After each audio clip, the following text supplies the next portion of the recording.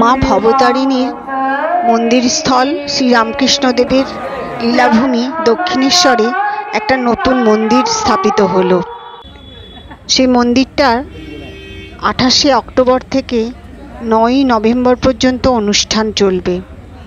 108টা যজ্ঞকুণ্ড তৈরি হয়েছে, যেটাতে যজ্ঞ হবে। এই যে সেই যজ্ঞকুণ্ড, আড়িয়াদহ দক্ষিণেশ্বরের নিকটবর্তী জয়ন্তী মাঠে সেই যজ্ঞকুণ্ড তৈরি হয়েছে। আর গঙ্গার ধারে সেই মন্দির।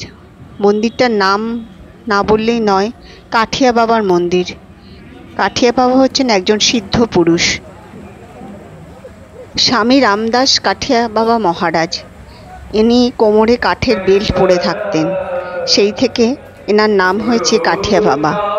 এবং এনার পরপর যত কাঠিয়া বাবার পরপর যারা জেনারেশন রয়েছেন, যারা এই গুরু পদে থাকেন, তারা প্রত্যেকেই এই কাঠের বেল্ট পরেন।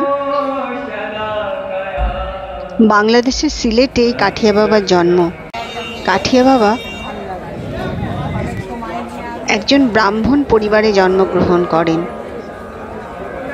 কাঠিয়া বাবার পর থেকে যতজন গুরু ছিলেন, তা ওনার পরপর যারা ছিলেন তাদের এরকম স্ট্যাচু বসানো হয়েছে। শ্রী রাধাকৃষ্ণের নানান রকম লীলা, গোপালের বালক লীলা, রাধাকৃষ্ণের সখীদের সঙ্গে, অষ্টসখীর সঙ্গে নৃত্য, নানান রকম সুন্দর সুন্দর মূর্তি দিয়ে দর্শানো হয়েছে আমাদের ভারতের ইতিহাস। ভীষণ সুন্দর। মন্দিরটায় গেলে মনে হবে বৃন্দাবনে পৌঁছে গেছি। ভীষণ সুন্দর একটা জিনিস।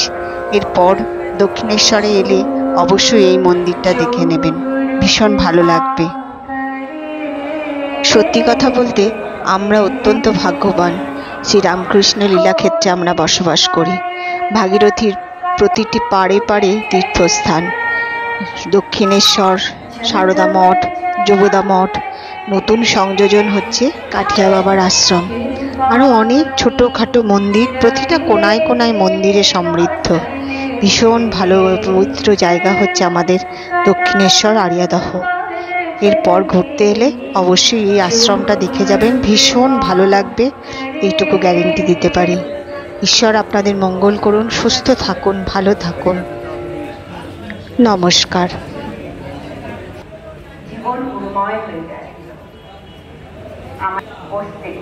সর্বদাই আমরা মনের মধ্যে গুরু ধ্বনি শুনতে থাকি। ভজন প্রস্তুত করা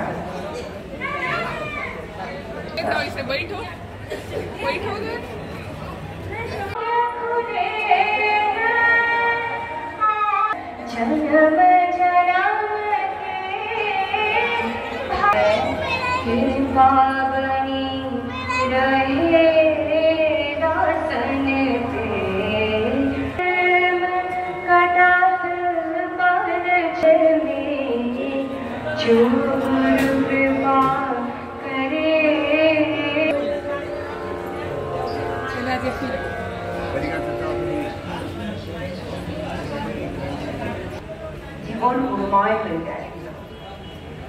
আমার বসতে সর্বদাই আমরা মনের মধ্যে গুরু ধ্বনি শুনতে থাকি। ভজন প্রস্তুত করা হয়।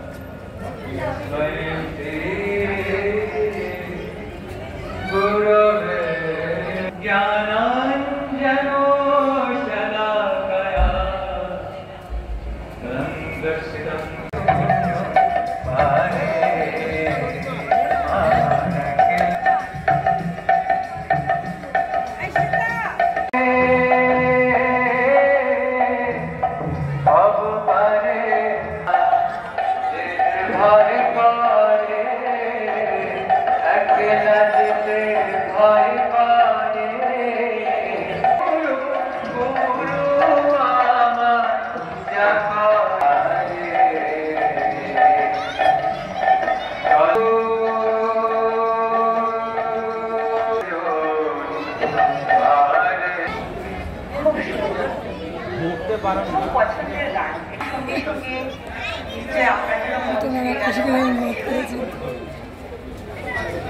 আমরা যদি চলতে ফিরতে উঠতে বসতে এর দ্বারা আমরা